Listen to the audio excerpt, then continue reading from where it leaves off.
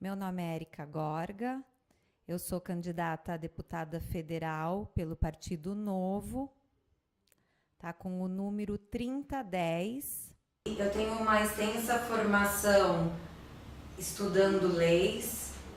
Eu me graduei na Faculdade de Direito da Universidade de São Paulo. Depois fiz o doutoramento na área de Direito Comercial, fazendo pesquisa sobre a legislação empresarial e de administração de recursos, de investimento e também recursos relacionados à aposentadoria, sistema de previdência. Passei 5 anos nos Estados Unidos, dando aula em universidades americanas e também pesquisando a legislação americana comparada com a brasileira. Sua preparação é boa, tem formação em leis, em educação, práticas em pesquisas, tem experiência internacional, etc. Quais seriam as razões que conduzem você para ser candidata para deputada federal? A decisão para a candidatura foi uma constatação nesse trabalho que fizemos de pesquisa de que muitas das nossas leis, se não a grande maioria, estão defasadas em relação às leis do resto do mundo. Nós tivemos marcos legais que regulam toda a administração de empresas no país e recursos para crédito, para a cadeia produtiva, de 1976. Grandes reformas que foram feitas só no período militar e, depois disso, não foram atualizadas de acordo com as necessidades para o desenvolvimento econômico das empresas brasileiras e a geração de empregos. Então, sua proposta seria propor projetos de lei que venham a corrigir esses déficits, essas fraquezas que a senhora está vendo. Exatamente. As nossas propostas para mudar a legislação brasileira, então, vem dessa constatação de que nossas leis são muito ruins, estão impedindo o desenvolvimento econômico do país, estão dificultando a geração de empregos, dificultando a criação de novas tecnologias. O Brasil está ficando para trás, realmente, quando comparado ao resto do mundo e até mesmo aos países em desenvolvimento. A atualidade política no Brasil está bem agitada. Como vê essa política? Como se encaixaria nesse contexto de repúdio contra os políticos?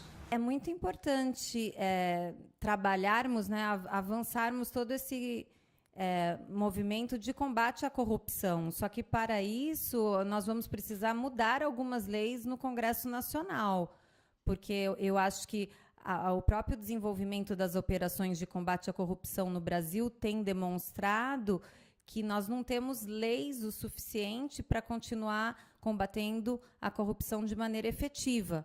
Eu queria dar um exemplo concreto, que é na área de recuperação do dinheiro desviado na corrupção. O Brasil hoje não tem leis adequadas para a devolução do dinheiro desviado para os legítimos donos. Então, essa é uma das nossas principais propostas, criar leis e reformas legais no Brasil que coloquem a legislação brasileira de acordo com as tendências internacionais para um combate da corrupção efetivo. Como pesquisadora, como vê esses projetos de reforma, por exemplo, reforma previdenciária, um projeto que praticamente fracassou com esse governo, mas como vê? Tem sentido, tem futuro, trabalhará nessa linha? A nossa pesquisa tem apontado uma grande falha no sistema de previdência complementar brasileiro. Tá? E é interessante ver que muitas das propostas novas para lidar com o problema da previdência oficial tratam de uma migração do sistema de previdência oficial para o sistema de previdência complementar.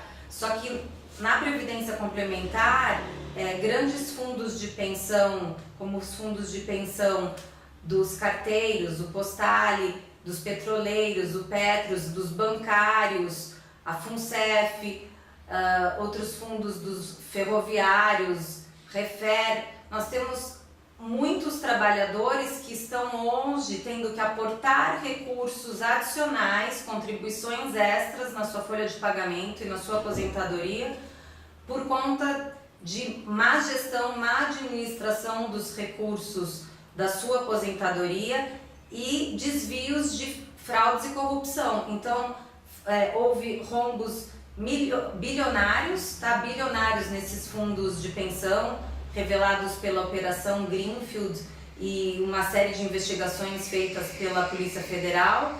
E temos, então, uma legislação muito ruim para a proteção desses trabalhadores, que contribuíram uma vida inteira e agora tem que se ver na situação de repor um rombo, um déficit gerado pela corrupção.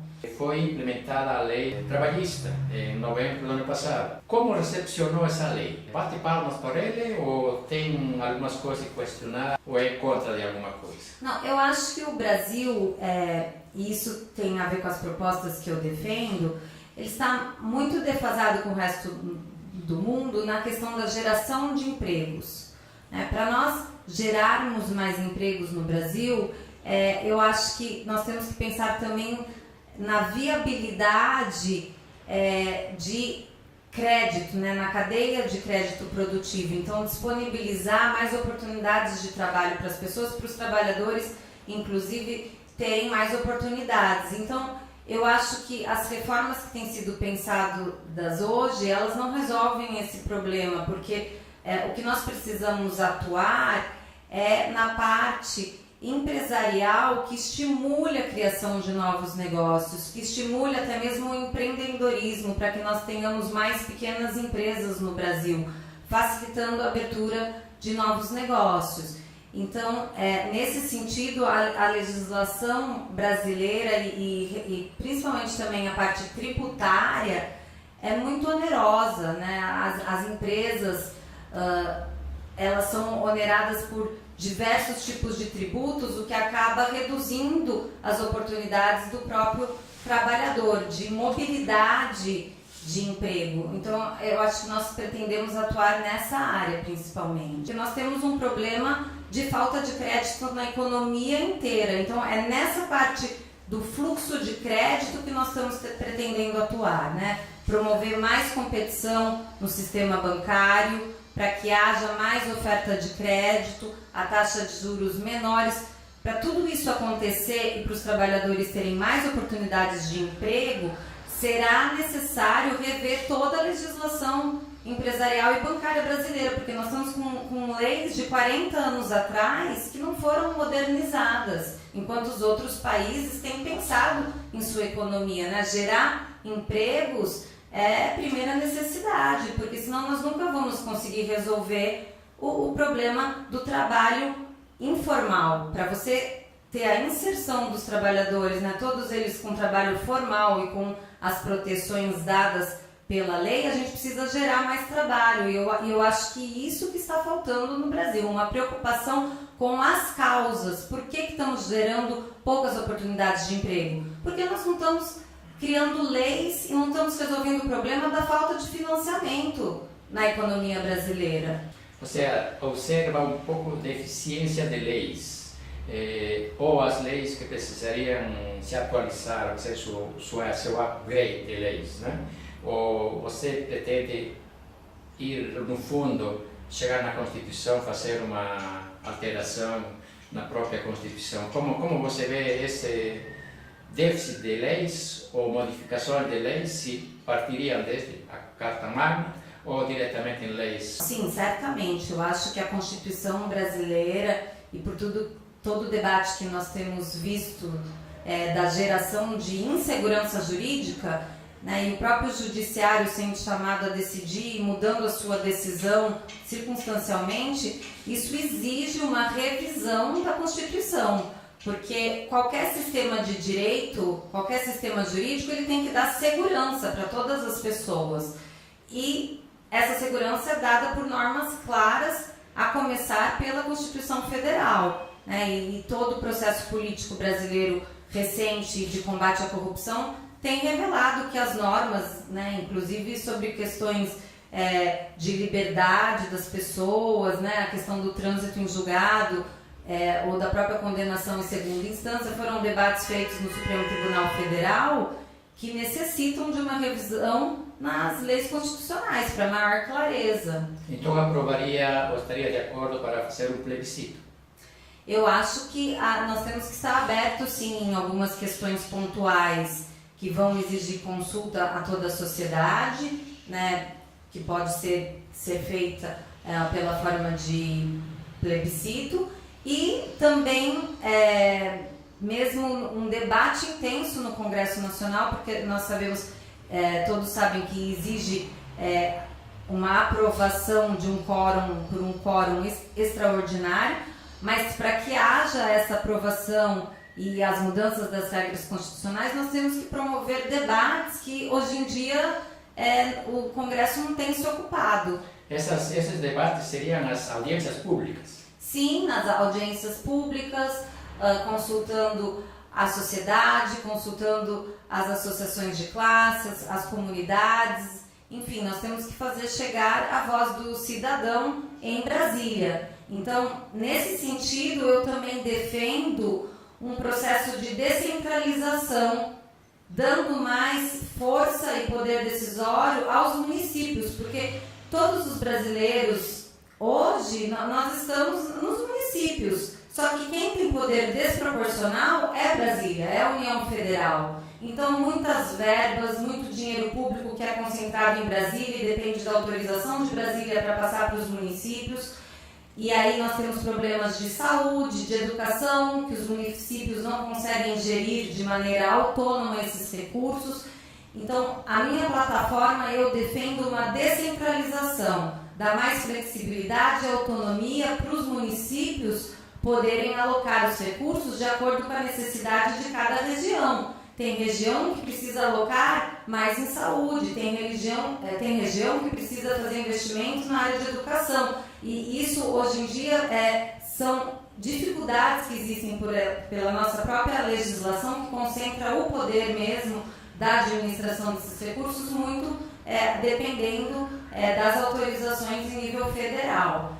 Dada a atualidade política, se observa que é a vez, como nunca, para que a mulher entre no mercado político. Como vê essa chance que está nascendo?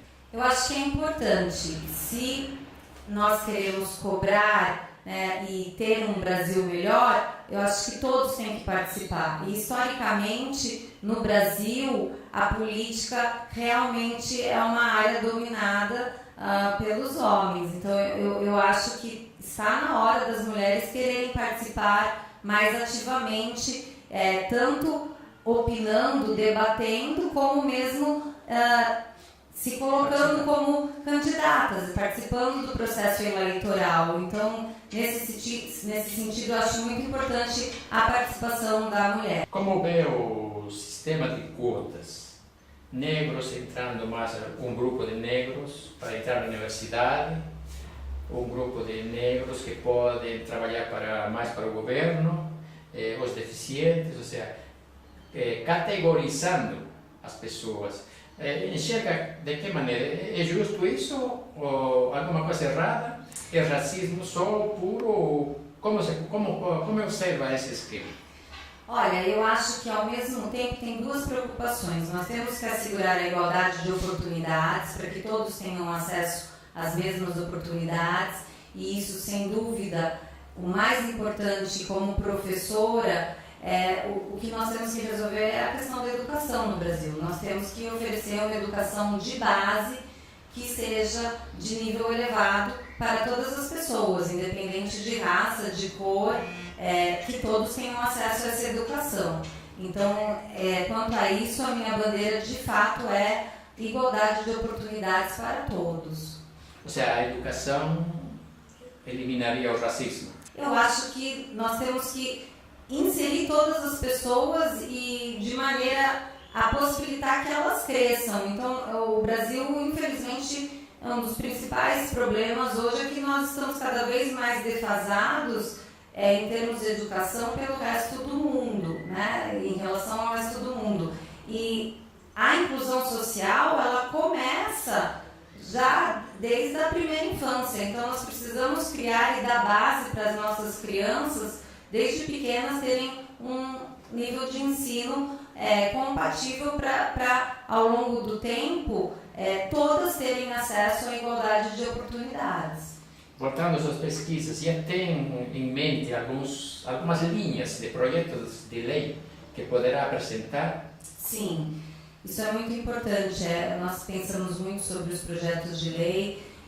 Eu acho que a questão da previdência complementar, a questão de uma garantia ao trabalhador de que os recursos que ele trabalhou e que ele poupou, né, nas contribuições para a sua aposentadoria durante uma vida inteira serão bem administrados, serão bem geridos, que ele poderá ter uma velhice calma, sabendo que vai ter acesso aos recursos que poupou durante uma vida toda de trabalho. Isso, por incrível que pareça, é algo que não está existindo para muitos trabalhadores no Brasil hoje. Então, nós vamos trabalhar por essa segurança jurídica da proteção dos recursos para a aposentadoria. Essa é uma das principais propostas. Nós vamos rever as leis dos marcos do sistema de previdência complementar, que são realmente muito defasados em relação às garantias e às proteções dadas em outros países. Na área de saúde, nós vamos trabalhar a questão da descentralização de recursos que ficam no Fundo Nacional, na esfera federal, para que cheguem nos municípios, para que os municípios possam fazer uma gestão de acordo com as necessidades de saúde de cada localidade. Essa é outra proposta muito importante. E a proposta de tentar gerar mais empregos no Brasil. E como nós vamos fazer isso? Para isso é necessário uma revisão de toda a legislação empresarial das empresas brasileiras. Vamos tentar desonerar um pouco o acesso ao financiamento, deixar fluir o financiamento na economia brasileira para que se possam gerar mais empreendimentos, oportunidades de trabalho. Então, nós vamos ter que revisar a legislação empresarial brasileira, assegurando que condições para que empresas e novos negócios possam crescer e prosperar. Piracicaba tradicionalmente tem aportado com muitos candidatos e agora com senadores, deputados. Como vê sua candidatura perante outros da mesma cidade, inclusive? Eu acho que Piracicaba, obviamente, é uma cidade grande, é uma cidade importante no interior paulista e todas as cidades em volta também atuam, né? É uma região considerada bastante importante no interior paulista, então eu vejo que está na hora de ter uma representação maior de Piracicaba, região, envolvendo São Pedro, Águas de São Pedro, Rio das Pedras e outras cidades, Santa Bárbara. Está na hora dessa região se unir para eleger um candidato que represente a região. E é preciso haver renovação no Congresso. Então, eu acho que renovação é não eleger quem já estava lá e quem já trabalhou, dar oportunidades para novos candidatos com novas propostas que modernizem a legislação brasileira, que coloquem a legislação brasileira de acordo com as tendências no resto do mundo. Então, nesse sentido, eu acho que o piracicabano e as pessoas da região vão precisar olhar as propostas, conhecer os candidatos, olhar as informações nas redes sociais que estão disponíveis para que façam, de fato, uma escolha dos candidatos que possam representar a região da melhor maneira possível. Qual seria a sua recomendação para o eleitorado? Porque o eleitorado está sem vontade de votar, está querendo anular seu voto, ou seja, 1000 alternativas, mas qual seria a mais adequada no seu ponto de vista? A mais adequada é estar aberto para a informação e para um debate, para fazer questionamentos, muitas pessoas hoje, nós percebemos que é só que, estando fechadas para o debate, a situação brasileira não vai melhorar, né? Anular o voto não vai resolver, porque todos precisam encontrar pessoas que possam representar a si mesmas e a sua região da melhor maneira possível. Então, eu acho que os eleitores têm que estar dispostos a conversar com os candidatos e cobrar dos candidatos esclarecimentos, porque os candidatos também estão à disposição para responder as perguntas. Eu acho que nesse tempo de eleição nós vamos ter um prazo razoável para debate, para perguntas e respostas. E aí cada eleitor vai tomar a sua decisão. É importante que o faça de maneira informada, né, e realmente se dispondo a também participar de maneira mais ativa, porque todos têm responsabilidade no resultado das eleições. Mande sua mensagem para os jovens, especialmente para aqueles que estarão votando pela primeira vez. Eles deveriam ir votar aos terços. O que você incentivaria a eles? Os jovens têm que participar desde cedo, porque é o jovem que vai fazer e mudar o Brasil. Eu sempre tive essa visão, como estudante de Direito, sempre tentei participar, debater, né, desde os meus 17 anos. E hoje em dia nós vemos muitos jovens que têm essa oportunidade de ter mais acesso à informação. Hoje as redes sociais, a tecnologia é um aliado desse jovem, tá? Então os jovens podem realmente influenciar o resultado hoje muito mais do que antigamente. Então, nesse sentido, eu vejo um caminho aberto, uma avenida para a atuação dos jovens na política. Por que teríamos que votar em você? Nós temos propostas consistentes, propostas fundamentadas num trabalho de pesquisa sério, um trabalho que nós temos desenvolvido nos últimos 15 anos relacionado às nossas pesquisas e aulas do sistema jurídico, das leis brasileiras. E eu acho que esse trabalho fundamenta as nossas propostas. Nossas propostas têm explicação, as nossas propostas não são propostas paliativas. Eu não estou fazendo ou propondo soluções miraculosas ou populistas. Eu acho que o Brasil precisa entender que nós temos que resolver as causas do problema. E para resolver as causas do problema, nós temos que mergulhar numa discussão das leis e rever aquilo que é a base do sistema. Então, nesse sentido, as nossas propostas são muito bem fundamentadas. Nós estamos olhando o Brasil não só para o amanhã, mas nós estamos olhando o Brasil no longo prazo. Esse é o nosso compromisso. Nós queremos ter um Brasil sério, com maior participação das pessoas na política, convidando sempre as mulheres para debater, os jovens para debater, e também os idosos, né, por meio do debate, de entender o que tem acontecido com o sistema de previdência, né, tanto oficial quanto complementar. E então convido a todos a olharem a nossa página no Facebook, olhem nossas propostas, participem, questionem, e estamos à disposição. Tá? Nosso partido é o Partido Novo, nosso número é o 3010 e agora é hora de decidirmos, né? Vamos todos tomar a decisão, eu fico à disposição. Estaria disposto a fazer algum debate com seus contrincantes? Claro, e eu acho que só assim nós vamos enriquecer e tomar decisões de maneira informada. Teresa Ampero, felicito sua candidatura e esperamos sucesso na sua campanha. Muito obrigada.